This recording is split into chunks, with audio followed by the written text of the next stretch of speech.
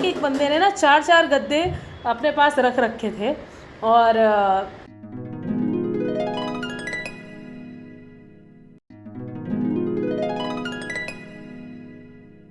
Good morning दोस्तों, मैं हूँ श्रुति कीर्ति और आपका स्वागत करती हूँ अपने चैनल में। तो अभी चाय बन रही है और चाय के साथ साथ मैं कोशिश कर रही हूँ कि फटाफट ब्रंच भी रेडी कर ही दूँ आज, क्योंकि उसके बाद ऑफिस के कामों में बिज़ी हो जाऊँगी तो टाइम नहीं मिलेगा।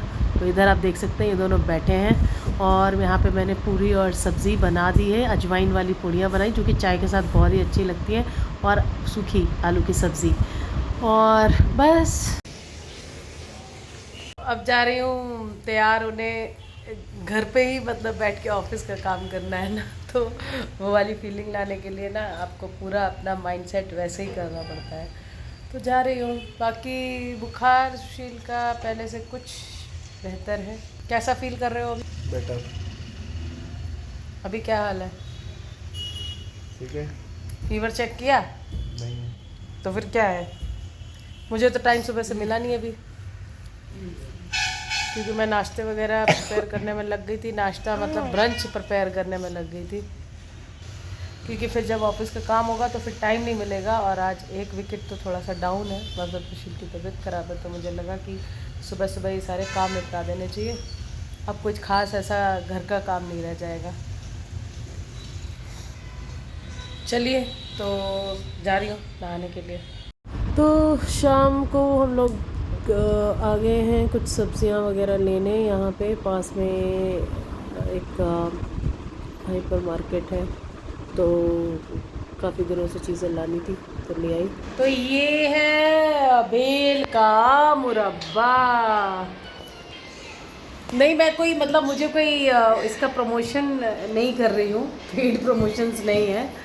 तो ये है बेल का मुरब्बा। तो बेल का मुरब्बा जो होता है ना, सुना है कि वो डाइजेशन के लिए बहुत अच्छा होता है। तो पहले, अब आजकल जो पैक्ड आते हैं तो पता नहीं उसमें कुछ मिलाते हैं नहीं मिलाते, बट मैंने अभी ऑर्डर किया है तो मुझे ऐसा लगा कि डाइजेशन के लिए बहुत ही अच्छा भी है। और पता नहीं किसी किसी को टेस्ट नहीं पसंद आता है, जैसे मुझे लेकिन मुझे तो उसका टेस्ट भी अच्छा लगता है। मुझे आंवले का मुरब्बा, बेल का मुरब्बा बहुत अच्छे लगते हैं। और इसलिए अचानक से दिमाग में आया, ऐसे बैठे बैठे दिमाग में आया कि यार बेल का मुरब्बा खा लेते हैं, बेल का मुरब्बा मंगा लेते हैं। तो बस मंगा लिया। बाकी का अपडेट ये है कि हम लोगों का डिनर तो बहुत पहले ही हो गया था। अभी आपको टाइम दिख रहा है क्या हो रहा है? 9:30 होने वाला है, ये थोड़ी सी फास्ट है। डिनर हमारा हो गया था 7 o'clock के आसपास ही। फिर हम लोग चले गए थे कुछ सामान लेने के लिए, क्योंकि हमें लगा कि डिनर विनर कर लो, उसके बाद फिर थोड़ा मतलब चल फिर भी लेंगे, और वरना बैठ जाओ फिर वहीं खा के। तो बात वही है, प्रॉपर दौड़ भाग मतलब प्रॉपर जो वॉक होता है ना, वो तो नीचे जाके नहीं किया हमने। लेकिन हम लोग चले गए थे सामान लेने। और दिखाती हूँ आपको, उधर लेटे हुए हैं। तो फीवर आज कुछ बेटर है कल की अपेक्षा, बट अभी भी थोड़ा बहुत वो रहता ही है ना, वीकनेस भी रहती है और पैर वगैरह, हाथ पैरों में दर्द रहता है। तो ये सब रहा। बाकी अब क्या रहता है, अब हमारे पास कुछ भी ऐसा नया नहीं है। हम लोग बस थोड़ा बहुत टीवी देखेंगे, टीवी में हमारा आगे की दुनिया होगा। तो बीच में कुछ एपिसोड्स, अभी जब गए थे हम लोग तो कुछ एपिसोड्स रह गए थे, तो अभी हम लोग क्या करते हैं कि पुराने एपिसोड सारे देखते रहते हैं, और बस ऐसे ही है। बाकी तो कुछ नया अगर होगा भी तो शायद वीकेंड पे हम लोग कुछ नया करें, कहीं बाहर शॉपिंग के लिए जाए। अभी तो आपको मैंने दिखा दिया थोड़ा बहुत जो सामान लेने गए थे, तो वो छोटा सा मैंने एक वीडियो डाल दिया है। और हाँ, एक चीज़ मुझे याद आई, मुझे शेयर करनी थी कि देखिए, वैष्णो देवी की यात्रा जो हमारी थी ना, वो बहुत अच्छी थी। ठीक है, ऑब्वियसली हम लोग गए थे तो एक अलग ही एक अद्भुत सा कह सकते हैं एक फीलिंग थी। ठीक है, तो वो सब तो बहुत अच्छा रहा, बट वहाँ जाने के बाद कुछ चीज़ें जो थी, कुछ चैलेंजेस थे, या आप कह सकते हो कि हम लोग फर्स्ट टाइम गए थे, तो हम लोगों को लगा कि एक सेकेंड, तो वहाँ जाके हाँ मैं कहीं थोड़ा सा डिस्ट्रैक्ट हो गई थी अभी बीच में। तो वहाँ पे क्या हुआ कि डे 1 जब हम लोग गए तो हम लोगों ने ना कटरा में ही अपना रहने का बंदोबस्त किया था, होटल बुक कर लिया था। और हमारा प्लान शुरू से ही था कि हम पैदल जाएंगे, हम हेलीकॉप्टर या कोई भी सर्विसेज नहीं लेंगे, क्योंकि हम फर्स्ट टाइम जा रहे हैं तो हम प्रॉपर फील लेना चाहते हैं। तो वो भी कोई बात नहीं है, हमने यात्रा प्रॉपरली अपनी की। लेकिन रास्ते में फिर ये पता चला कि जैसे ऐसा नहीं है कि आप जा रहे हो और आपको ई रिक्शा या फिर कुछ सर्विसेज अगर चाहिए हैं, बाई चांस मान लो अगर ज़रूरत पड़ेगी, तो उसके लिए ना आपको कम से कम 2-3 महीने पहले बुकिंग करानी पड़ेगी, ठीक है, नंबर 1 बात। तो इसलिए जो भी अगर प्लान कर रहा है अपनी वैष्णो देवी यात्रा, तो प्लीज़ 2-3 महीने पहले आप अपनी बुकिंग करा लीजिए। जो कि अर्धकुमारी पहुंचने के बाद, अर्धकुमारी पे क्या होता है कि वहाँ से बैटरी रिक्शा वगैरह या फिर जो वहाँ पे गाड़ियाँ होती है ना, वो वहाँ पे अवेलेबल होती है। तो उनके लिए अगर आप बुकिंग कराएंगे तभी आपको वो मिलेगी, अदरवाइज़ आप चाहें कि आप वॉक इन पे ऐसे ही जाके और आप ले लें, ऐसा नहीं है, ठीक है। तो ये एक चीज़ हो गई। दूसरा जो ये खच्चर वगैरह होते हैं, घोड़े और ये सब, तो ये तो आपके शुरू से ही आप उनको ले सकते हो। आप बाणगंगा जैसे ही पहुंचते हो तो बाणगंगा पे और वहाँ से ना आप इजीली खच्चर वगैरह आपको मिलेंगे। पालकी वगैरह भी मिल जाती है। एक्चुअली हमें ऐसा था कि हालांकि ये भी बात सही है कि उन लोगों की रोज़ी रोटी ही इसी से होती है जो खच्चर वगैरह चलाते हैं, या फिर जो आपके ये पालकी वगैरह जिस पे आपको ले जाते हैं। बट मुझे उनको देख के थोड़ा सा अजीब सा लग रहा था, क्योंकि अब जैसे खच्चर भी है, हमें जब चढ़ने में इतनी प्रॉब्लम होती है तो वो लोग भी चढ़ रहे हैं। हालांकि उनकी बॉडी इस तरीके की जानवरों की होती होगी कि वो शायद हमारी अपेक्षा उनके पास ज़्यादा एनर्जी है, बट फिर भी मुझे लग रहा था कि हम अपना पूरा वज़न उनके ऊपर रखें और वो हमें लेके ऊपर जा रहे हैं। जानवर तो जानवर है ना। तो वो कुछ ऐसे रीज़न्स भी थे कि हम लोगों ने वो ऐसा ऑप्ट नहीं किया। कुछ हो सकता है कि भविष्य में कभी ऐसा लगे, कभी इमरजेंसी में बहुत ज़रूरत ही पड़ जाए, तो ऐसा भी नहीं है कि यूज़ नहीं कर सकते। बट हाँ, उस टाइम का मैं आपको जो मेरी फीलिंग थी इस वजह से, और पहले से ही प्लान था कि हमें पैदल ही जाना है क्योंकि हमें वो प्रॉपर फील लेना है, ठीक है। तो अब क्या हुआ कि जब हम लोग वहाँ पे अर्धकुमारी से वहाँ से भी हम लोग पैदल जब गए हैं, तो उसके बाद आपको जैसे आप भवन पे पहुँचते हैं ना, तो आइडियली क्या होता है ना कि लोग बाग पहले से कुछ भी अकोमोडेशन वहाँ पहुँच के, मतलब जहाँ भवन है उसके आसपास पहले से ही बुक करा लेते हैं। तो उसमें भी ये बात है कि आप 2 महीने 3 महीने पहले ही बुकिंग करा लीजिए अगर आपको स्टे भवन के आसपास करना है, क्योंकि आप वॉक इन में आप ये सोचें कि आप जा रहे हैं और जाते ही आपको कोई होटल या रूम मिल जाएगा, तो वो पॉसिबल नहीं है, बिल्कुल भी पॉसिबल नहीं है। तो ये एक और अनुभव हुआ, क्योंकि समटाइम्स आपका अगर प्लान है कि आप पैदल जाओगे और फिर आपको वहाँ रुकना नहीं है, वापस आना है, फिर तो कोई बात नहीं। बट सडनली कभी अगर ऐसी ज़रूरत पड़ जाए, क्योंकि हम लोग जब गए थे तो वहाँ पे काफ़ी तेज़ बारिश स्टार्ट हो गई थी, और कहते हैं कि वैष्णो देवी से फिर भैरव बाबा की चढ़ाई करनी पड़ती है।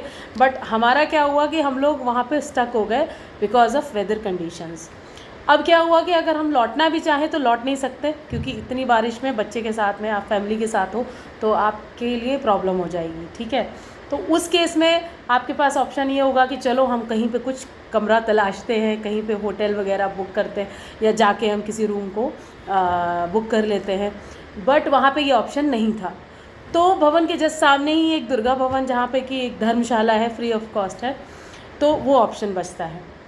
अब क्या हुआ कि हम लोगों को क्योंकि इतनी नॉलेज नहीं थी, तो क्योंकि पहले से कोई बुकिंग नहीं करा रखी, तो हम लोग फिर उस धर्मशाला में ही चले गए।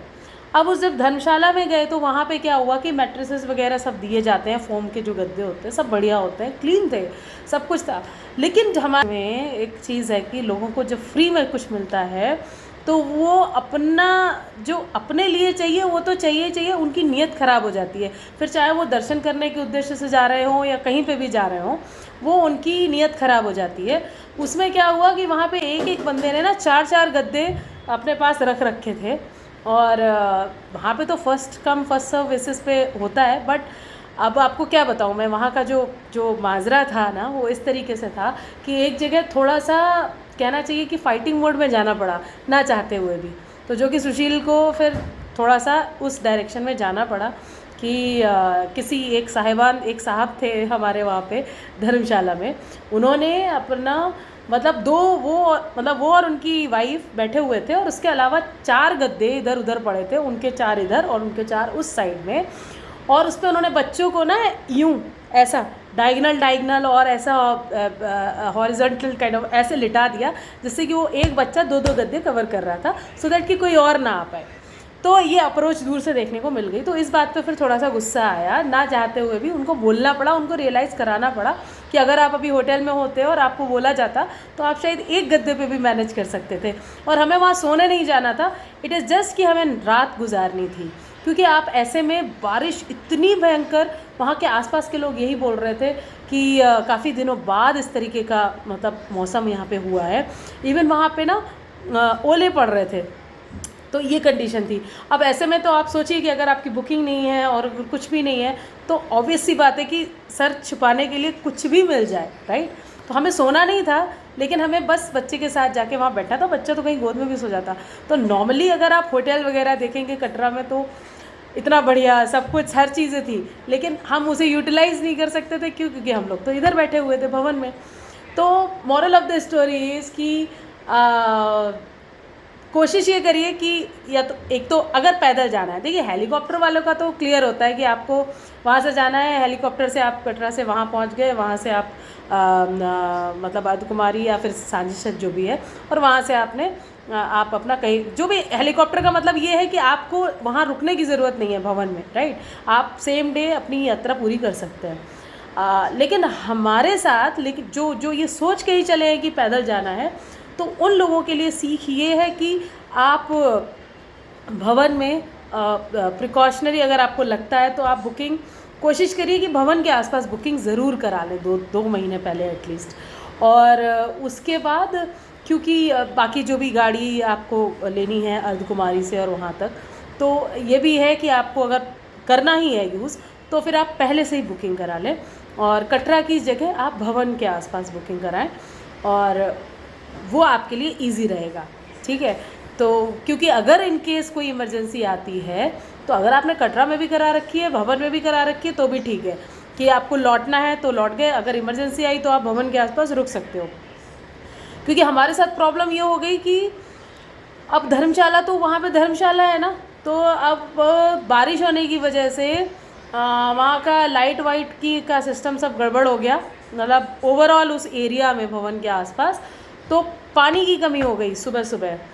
तो हम लोगों को एक जो वहीं पे राम मंदिर है वहाँ के वेटिंग एरिया में जाके पेड सर्विसेज लेनी पड़ी, वहाँ पे हमें पे करके वॉशरूम्स यूज़ करने पड़े, तो ऐसी कंडीशन आ गई थी। तो मतलब कहना चाहिए कि ओवरऑल मतलब आप अगर पैदल यात्रा करें तो बुकिंग पे विशेष ध्यान दें, एटलीस्ट 2-3 महीने पहले ही कर लें, फिर ठीक है सब कुछ। क्योंकि आप जब बुकिंग भी कराएंगे इनकेस वहाँ पे पानी वानी किसी की भी प्रॉब्लम है तो आप जहाँ पे हैं एटलीस्ट वहाँ पे तो है ना, वहाँ पे तो अलग से व्यवस्थाएं होंगी, राइट, पर यहाँ पे नहीं थी। तो वैसे अगर देखा जाए तो ओवरऑल जर्नी वॉज गुड। हालांकि बीच में हम लोग जब जा रहे थे तो 2 बच्चे जो थे वो अपने फैमिली से बिछड़ गए थे, फिर उन बच्चों को उनकी फैमिली से मिलाया, तो थोड़ा टाइम हमारा उसमें स्पेंड हुआ जाते वक्त। तो क्योंकि जो कार्ड्स होते हैं वो जीपीएस इनेबल्ड होते हैं, और जब आप जहाँ से निकलते हैं वहाँ पे जीपीएस डिवाइसेस होती हैं, वो ट्रैक करती रहती हैं कि अभी आपके जैसे आप किसी ग्रुप में जा रहे हो तो आपके ही उस ग्रुप का कोई बंदा वहाँ से गुजरा नहीं गुजरा, तो उससे ट्रेसिंग हो जाती है। तो वो जो 2 बच्चे थे वो अपनी फैमिली से दूर हो गए थे, 15-16 लोगों का ग्रुप था, तो देखा बच्चे रो रहे हैं, तो सुशील ने पूछा क्या हुआ, पता चला कि उनके फादर जो हैं वो पीछे ही रह गए या आगे चले गए, वो बच्चे पीछे ही रह गए। और फिर उसके बाद जो फ़ोन था उन बच्चों वहाँ पे प्रीपेड सिम नहीं चलती, पोस्टपेड सिम चलती है, तो बच्चों को जो नंबर याद थे उनके फादर वगैरह के, वो नंबर अनरीचेबल थे क्योंकि वो तो प्रीपेड थे। फिर उन बच्चों को अपनी मम्मी का नंबर पता था, तो हम लोगों ने उनकी मदर को फ़ोन किया, जो कि वहाँ पे थी नहीं, उनकी मदर उनके होम टाउन थी कहीं पंजाब में, और मदर नहीं आई थी यात्रा पे। तो फाइनली उनके फैमिली मेम्बर मतलब मदर को पता चला, तो उन्होंने किसी तरीके से कांटेक्ट किया तो वो भी नहीं कर पा रही थी। फिर हम लोगों ने भवन से जस्ट 3 किलोमीटर पहले ही एक चेक पोस्ट था, पुलिस चेक पोस्ट, वहाँ जाके बच्चों को हैंड ओवर किया।